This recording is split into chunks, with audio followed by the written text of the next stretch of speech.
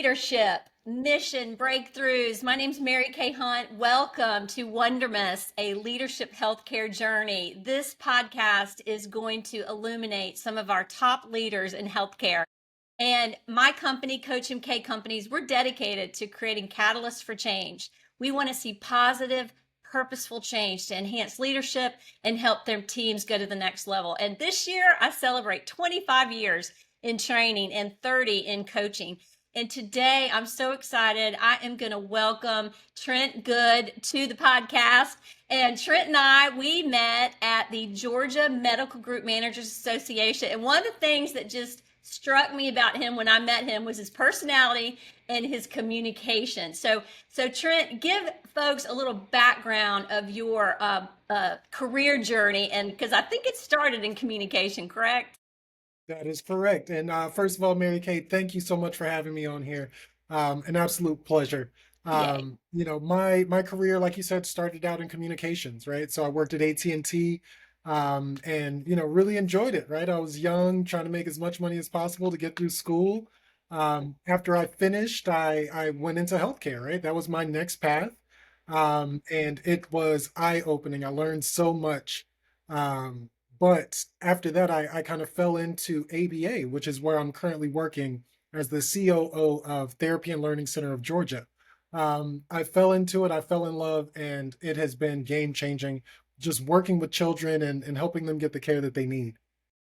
Oh, that's awesome. And, as we sort of look at our leadership strengths and look at sort of where we excel and some learning lessons of where we've grown, share with them some of your strengths that you feel like you have. And then let's talk about a story where you feel like you learned a lesson as a leader.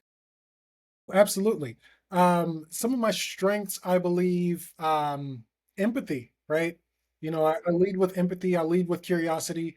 There's so many times that we think that we know everything, but I've learned in my time as a leader that I know very little. And there's always another side to the story.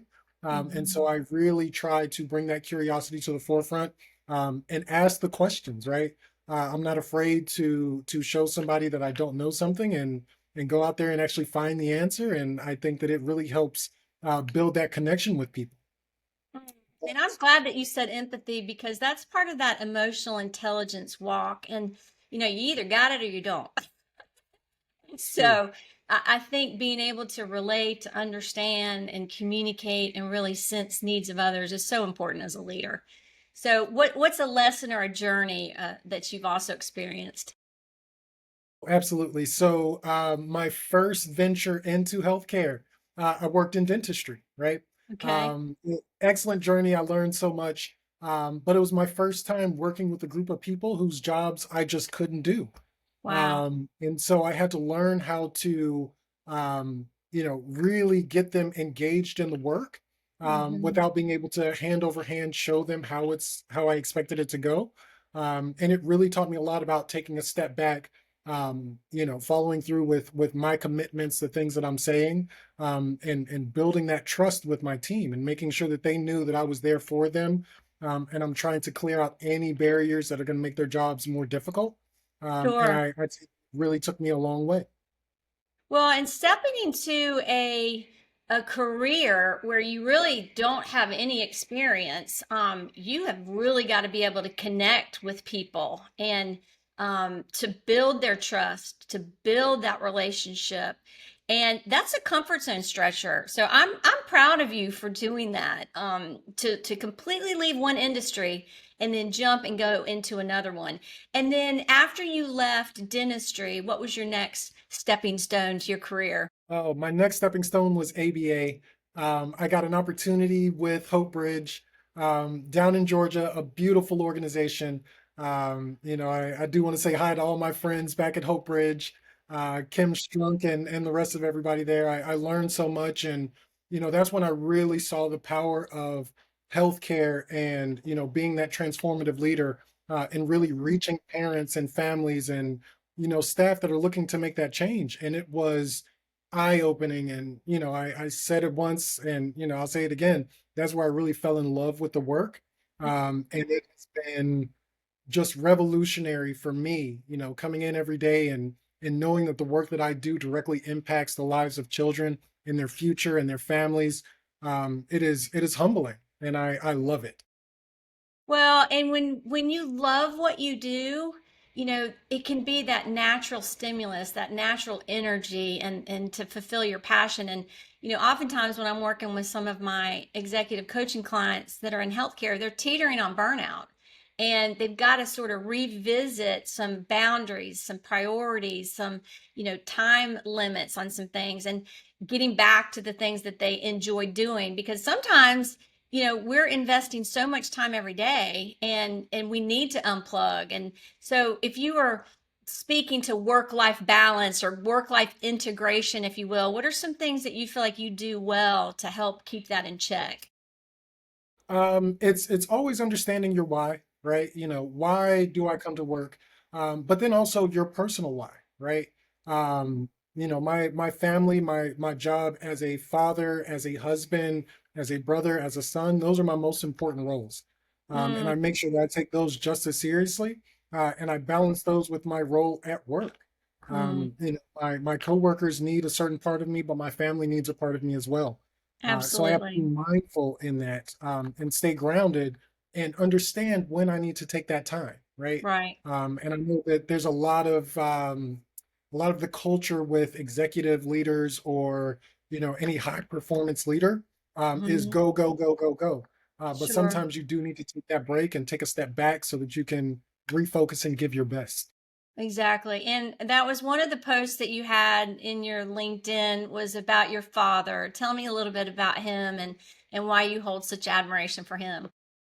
Well, my father is an amazing man. He really did the work. So growing up, I'm one of six. So my father had to work a lot, and he worked two full-time jobs for a lot of my young age. And it created a gap, but he did what he needed to do.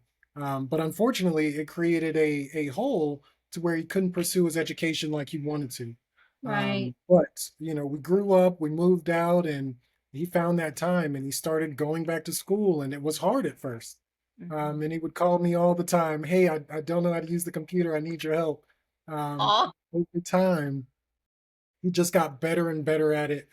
He taught himself, he held himself accountable, and he recently graduated with his doctorate, right? So he is now Dr. Good, just a beautiful person. And, his journey is something that everybody can look up to. We've all been there. We all know what it's like to, you know, want to do something and, you get that not yet. And it's Yeah. easy to give up, but he didn't. And he kept going. And, he's the first doctor in our family, and it gives me something to look forward to, something that his grandchildren can look forward to, and it creates a legacy, and I think it's just a beautiful thing. Well, my father was a periodontist, and I asked him one time, I was like, "Well, Dad, why did you go into this field?" And he actually wanted to be a Navy pilot, but he was colorblind. So you can't be a pilot if you're colorblind, just in case you didn't know that. So he was interested in dentistry, and then one of his professors from West Virginia University was starting a perio program out in Iowa. So when I was talking to him about it, he said, Mary Kay, I just realized that I want to be in an industry where there's lifelong learning involved.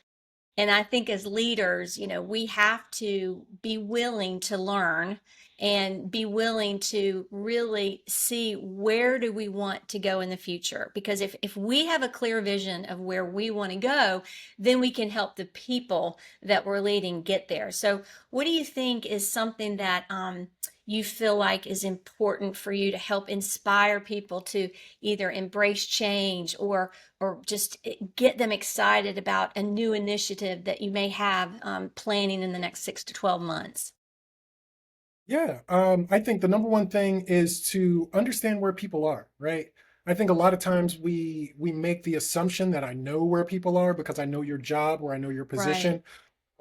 But it's so much deeper. It gets so much deeper. There are motivations for why people act the way that they do, or the reactions that they might have to certain feedback.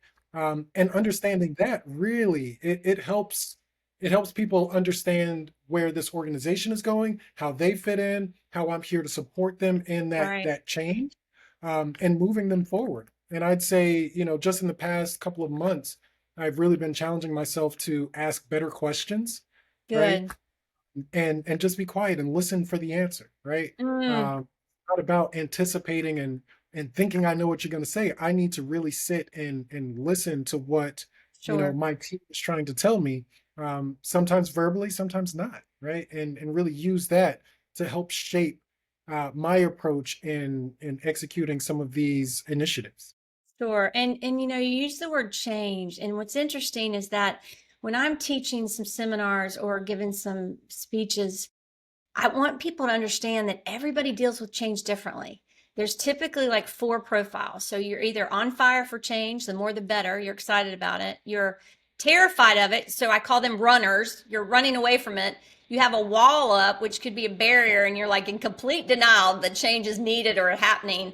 And then the other one is a microscope. And these are people that they might not be on fire or scared of change. They just need more information. So I think as a leader, we've got to be sensitive to how people deal with change. And I think that's one of the natural qualities that I feel like you have. I know that, we don't know each other super well, but we've had a few conversations, and even when I asked you to take a picture of us, you like jumped right up and did that at the program. So I see this sort of catalyst in you, this willingness, this drive. And if you look at sort of seasons in your career, what do you think has been one of the biggest challenges or obstacles that you've overcome? Um, I think it's honestly been the lie that I told myself for so long that I'll be ready when the opportunity comes, Mm, right? okay. Um, and that is just not true, right? It's similar with any type of growth, right? If I was already ready for it, it wouldn't be growth, right? It'd be a step that I've already taken. So, stepping into the unknown and trusting in my skills and the team around me, making sure that, I'm not just picking a role for the title or, the income, but for the support and the learning opportunity that I could get from it, right? Sure. Um, really, really taking those to heart, and leaning on faith and really trying to push myself to the limits, right? Eventually, I'm going to find that wall, but so far, every challenge that's come my way, I've found a way to rise and meet it where it is, and it hasn't all been easy, right? There have been some bumps and bruises, but thankfully, I have the right people that understand, my work ethic, and I'm not going to give up. I'm not going to leave anything worse than I found it. Sure. I'm here to help. I'm here to fix. I'm here to serve people. And that's what I do. That's what I bring to the table. I can hear some joyful glees of the children in the background. Why don't you share with our audience more about your organization and the services that you all offer? Absolutely. So, Therapy and Learning Center of Georgia is an ABA company that also provides speech and OT to children between the ages of 2 and 21, right? And we do that in Alpharetta and Kennesaw. It's a beautiful thing. I know that there's waiting list and lines to get into these types of services, which is it's pretty discouraging for families that are looking for that help now, right? For those of us that are blessed to be parents, the worst thing you could hear is that your child needs help. And Right. then everywhere that you call for that help, it's a waiting list, right? You got to wait Sure. 6 months to a year. And thankfully, our founder and CEO, Amy Squires, she had the vision, the dream, to kind of cut down on some of that waiting, right? Increasing Right. access to care. And I'm so grateful to be a part of that, and help these families connect with the care that they need, because time is precious. We can't get it back. The Absolutely. earlier we get in, the earlier we start with this, the better off this child has, um, at an opportunity to live a life unimpeded by some of those barriers, right? Sure. Um, it's not, we're not here to cure anybody or fix anybody, but we are here to help them live a better life. Something that is, easier for them, easier for their families. And they go out here and they're great. You can hear the kids. It's my music. It's my background music all day. I love to use the phone and jumping and screaming. I love it. But it shows me that our RBTs our teams are doing great work out there because those are happy kids and they're learning.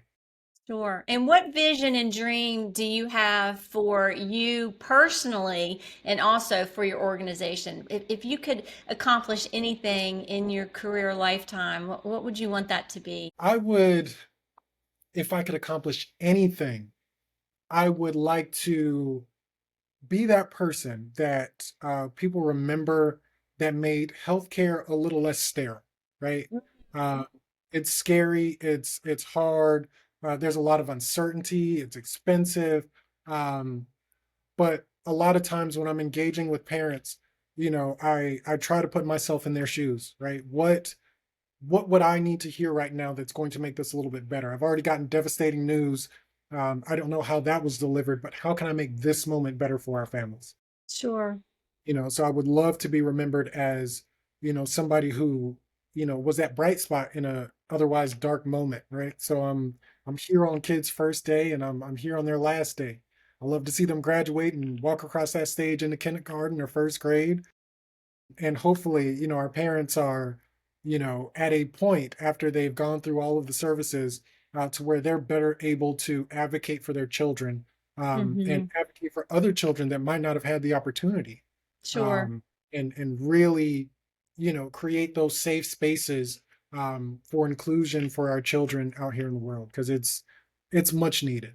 Absolutely. And I love that you talked about more care because that's one of the messaging that we're trying to encourage people to celebrate more care in our health care. Because I think when we're too focused on the business or too focused on the red tape or the processing, and then we miss an opportunity to connect with the patient. And if we're thinking about, other things, or if we're distracted or if we're overwhelmed, we can't truly be present with that person and be present with that patient. So I think that's one of the things that's inspiring about your journey and your walk and how you truly want to be there for people, not just your patients, but also, or your clients, but also your team. So if your team were going to describe your qualities, what would they say about you, Trent? Uh, they would say that I like to have fun, right? That you can't work with kids and be a stick in the mud. So I'll ride a scooter around, or, catch me on the kitty hoop in the gym. I'm here to have fun, and we can find ways to make work fun. We all know that we have work to do, Sure. but let's find a way to make it as fun as we can, and just remember that we're all people too, right? And we have families outside of here, we have children outside of here, we have hobbies and dreams and all that. We can be better people to each other as well, and just be compassionate. I think Sure. those are some pieces. Let's have fun, be compassionate, and serve the mission. Absolutely. Do you have a big dream goal that you'd like to see for your organization for the future? Um, Yeah, so there's so much opportunity for ABA care across the nation, right? And I want us to be able to put as big a dent as we can in that. Get all of the little kiddos in here. Let's serve them. Let's get them out back into the world. Get them into schools, and I want to keep on doing it, but I know that it's realistic to just focus on the next kid, right? The one that's right Sure. in front of you, right? Let's focus on getting this little person everything that he needs, and then we'll go on for the next one. I'm not trying to boil the ocean, right? Let's Right. just get one at a time. Well, and just in case we've got some people in dentistry watching this, tell them what ABA stands for. So, because we don't want to over acronym people. Yeah, so ABA stands for Applied Behavior Analysis, right? So Awesome. it has many facets, but we're using it here to serve children. Absolutely. Well, and the reason I mentioned that is because I was early in my career, I would use some acronyms sometimes, and I was so thankful that somebody asked me about it. I was like, oh, I apologize because I wanted to make sure that I could connect, right? And somebody might not really understand that. So thank you for sharing that. So as we kind of come in for a close, if you were going to talk to yourself when you were just starting your career out, what advice would you give to your younger self? I would say trust the process, not just the plan, right? Um, my path will not be linear. And that is the gift, right? You bring in so many things from all the different places that you've been.